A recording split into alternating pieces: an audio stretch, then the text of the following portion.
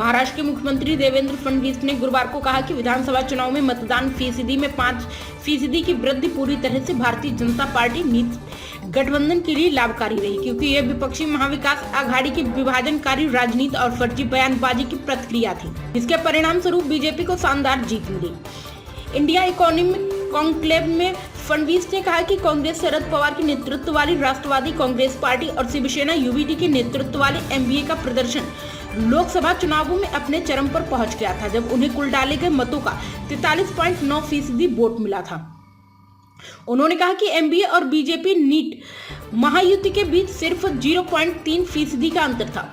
CM Fadnavis ने कहा कि पहले ही चरम पर पहुंच चुके थे। उन्होंने विभाजन, जानकारी, राजनीति, तुष्टीकरण की राजनीति और फर्जी बयानबाजी के जरिए अपना सर्वश्रेष्ठ प्रदर्शन किया था।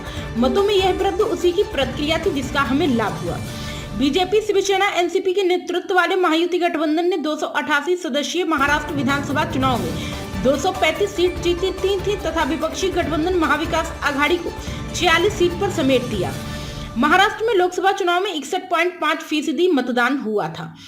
फर्जी विमर्श का मुकाबला करने में सफल रही बीजेपी। सीएम फडणवीस ने कहा कि बीजेपी महाराष्ट्र में भारी जीत हासिल करने में सफल रही, क्योंकि वह लोकसभा चुनाव के दौरान विपक्ष द्वारा गढ़े गए फर्जी विमर्श का मुकाबला करने में सफल रही। उन्होंने कहा कि फर्जी विमर्श किसी एक पार्टी के द्वारा नहीं गढ़े गए।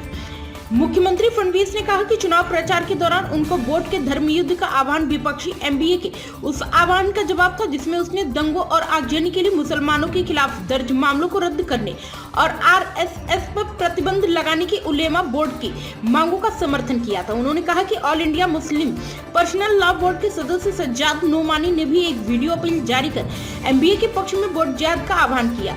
सीएम फडणवीस ने कहा, जब ऐसी बातें कही जाती है तो प्रतिक्रिया होना तय है। अगर कोई वोट जिहाद का आह्वान करता है तो क्या आप हमसे उम्मीद करते हैं कि हम चुप रहेंगे?